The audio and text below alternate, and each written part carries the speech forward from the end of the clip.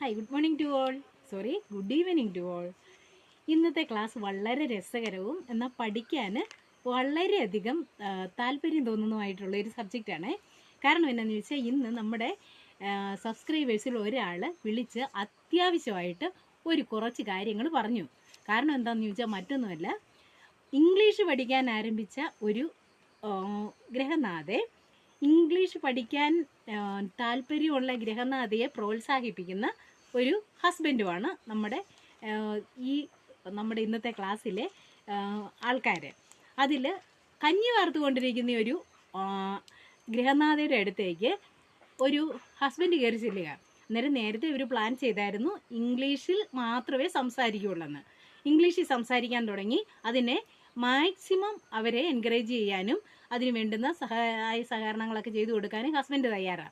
കയറി ചെന്ന് കഴിഞ്ഞപ്പോൾ ഇവർ കഞ്ഞി വാർത്തുകൊണ്ടിരിക്കുക. ഉടനെ പറഞ്ഞു, എന്നെടുക്കാ നീ എന്ന് ചോദിച്ചു. അതെങ്ങനെയാണ് ചോദിക്കുന്നത്? വാട്ട് ആർ യു ഡൂയിങ് ചോദിച്ചു കാണും അല്ലേ? വാട്ട് ആർ യു ഡൂയിങ് ചോദിച്ചു.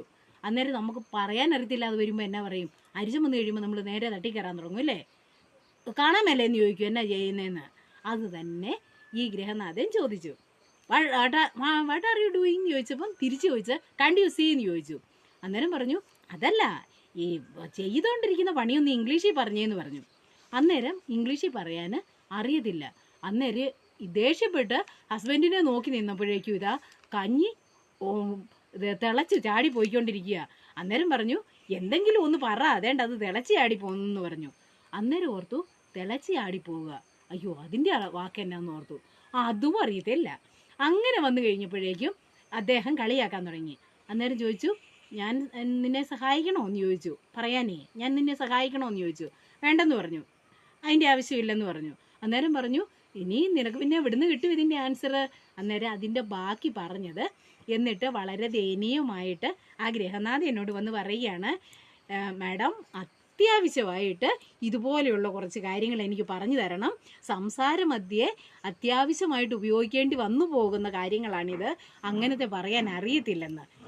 അതാണ് ഇന്നത്തെ ക്ലാസ്സിൻ്റെ നമ്മുടെ സബ്ജക്റ്റ്. അത് ആദ്യമായിട്ട് നമ്മൾ ആ ചോദിച്ച ആൾക്ക് നമ്മൾ സംശയ നിവാരണം നടത്തി കൊടുക്കുക. എന്നതാ കഞ്ഞി വാർക്കുക എന്നുള്ളതിൻ്റെ ഇംഗ്ലീഷ് എന്താണ്? കഞ്ഞി വാർക്കുക എന്ന് പറഞ്ഞാൽ ഡ്രെയിൻ ദ റൈസ് എന്ന് പറയും. ഡ്രെയിൻ ദ റൈസ് എന്ന് പറഞ്ഞാൽ കഞ്ഞി വാർക്കുക എന്നാണ് കേട്ടോ. അതുപോലെ തിളച്ച് ചാടി പോകുന്നതിന് പെട്ടെന്ന് ഓർത്തപ്പോൾ അതും കിട്ടിയില്ല. എന്നാ? Boil out. ബോയിൽ ഔട്ട് എന്ന് പറഞ്ഞാൽ തിളച്ച് ചാടുക എന്ന് പറയും. അതുപോലെ കപ്പ ഇളക്കുകയാണല്ലോ, കപ്പ ഇളക്കുക, അതൊക്കെ നമ്മൾ സാധാരണ ചെയ്യുന്നതല്ലേ. മാഷ് ടപ്യോക്ക. മാഷ് ടപ്യോക്ക എന്ന് പറഞ്ഞാൽ കപ്പ ഇളക്കുക എന്നാണ്.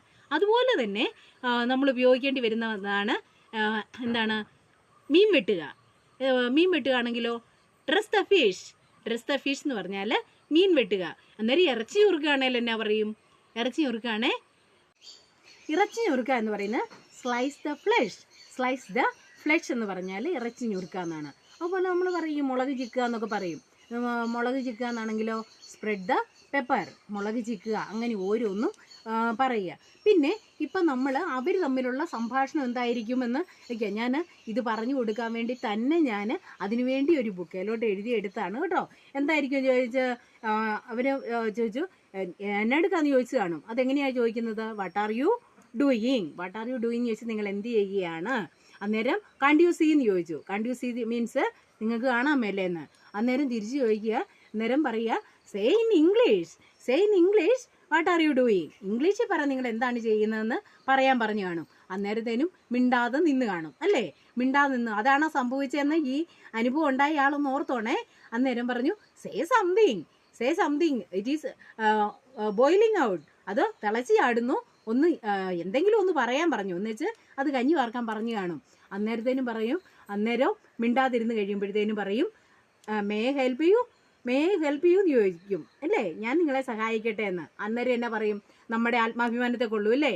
No need of it. അതിൻ്റെ ആവശ്യമില്ല, അതിൻ്റെ ആവശ്യം ഇല്ല എന്ന് പറയും. അന്നേരം then from where will you get its answer. അതിൻ്റെ ആൻസർ പിന്നെ നിനക്ക് എവിടെ നിന്ന് കിട്ടും? അന്നേരം നമ്മൾ എന്നാ പറഞ്ഞു കാണും അതിൻ്റെ മറുപടി ആയിട്ട്? യു നീ നോട്ട് വറി അബൌട്ട് ഇറ്റ്. അതോർത്ത് നിങ്ങൾ ബുദ്ധിമുട്ടേണ്ട കാര്യമില്ല. അതോർത്ത് നിങ്ങൾ ബുദ്ധിമുട്ടേണ്ട കാര്യമില്ല എന്ന് പറയും. അന്നേരം പറഞ്ഞെന്നാ പറയുന്നത്, എത്ര നാൾ ഞാൻ ഇതിനു വേണ്ടി നോക്കിയിരിക്കണോ എന്തോന്ന്, how long I have to wait for these, ഇതിനു വേണ്ടി എത്ര നാൾ ഞാൻ കാത്തിരിക്കേണ്ടി വരും എന്ന് ചോദിച്ചു. അന്നേരം പറയുന്നത് അത്, അന്നേരം നമുക്ക് പറയാം you need not worry about that, നിങ്ങൾ അതിനെ കുറിച്ചൊന്നും ഓർത്ത് വിഷമിക്കേണ്ട കാര്യമില്ല. അന്നേരം മേ ഹെൽപ്പ് യു എന്ന് ചോദിച്ചപ്പോൾ പറഞ്ഞു നോ നീഡ് ഓഫ് ഇറ്റ് എന്ന് പറഞ്ഞു അല്ലേ. അന്നേരം പറഞ്ഞു then if you don't want my help I am going, then I shall wait for the answer, അതിൻ്റെ ആൻസറിന് വേണ്ടി ഞാൻ കാത്തിരിക്കാം എന്ന് പറഞ്ഞു കാണുമായിരിക്കും. ഓക്കെ, താങ്ക് യു പറഞ്ഞു. അന്നേരം പറഞ്ഞു ഞാൻ സഹായിക്കാമെന്ന് പറഞ്ഞപ്പോൾ നോ താങ്ക്സ് പറഞ്ഞു കാണും അല്ലേ, no thanks then okay bye പറഞ്ഞു കാണും. ഇത്രയൊക്കെ ആയിരിക്കും അവരുടെ സംഭാഷണത്തിൽ സംഭവിച്ചത്. ഇത്രയും ആണോ എന്ന് ആ സംശയം ചോദിച്ച ആളൊന്ന് ഓർത്ത് നോക്കണേ. ഈ കാര്യങ്ങൾ നിങ്ങൾ മനസ്സിൽ ഓർത്ത് വയ്ക്കുക. ഇറച്ചി ഞെറുക്കുക, മീൻ വെട്ടുക, കപ്പ ഇളക്കുക, കഞ്ഞി വാർക്കുക, തിളച്ച് ചാടുക, അങ്ങനെയുള്ള കുറച്ച് വാക്കുകൾ നമ്മൾ ദിവസവും ഉപയോഗിക്കുന്നതാണ് എങ്കിലും നമുക്ക് അതുപോലെയുള്ള വാക്കുകളുടെ ഇംഗ്ലീഷ് വേർഡ് ഒരു പക്ഷേ അറിയില്ലായിരിക്കാം.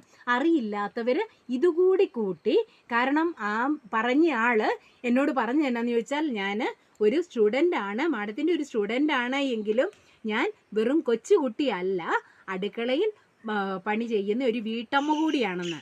അന്നേരം നമുക്കിതിലും ഒരു വളരെയധികം സന്തോഷകരമായ ഒരു കാര്യമുണ്ട്. ഒരു വീട്ടമ്മ ഇംഗ്ലീഷ് പഠിക്കുവാൻ ശ്രമിക്കുന്നുണ്ട്.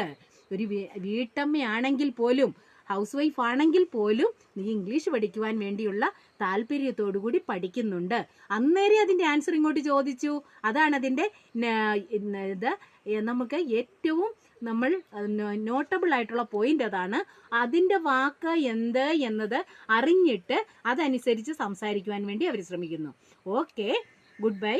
നിങ്ങൾക്ക് മനസ്സിലായല്ലോ ഇതിനെക്കുറിച്ച്. ഇപ്പോൾ പറഞ്ഞ കാര്യങ്ങൾ നിങ്ങൾക്ക് അറിയാൻ പാടില്ലാത്തവരും അറിയാവുന്നവരും ഉണ്ടായിരിക്കാം ഇല്ലേ. എങ്ങനെയാണെങ്കിലും ഇതുപോലെയുള്ള വാക്കുകളൊക്കെ ചേർത്ത് സംസാരിക്കാൻ ശ്രമിക്കണം കേട്ടോ. Okay, good bye. Till we meet again in the next class. Till then bye. See you again in the next class.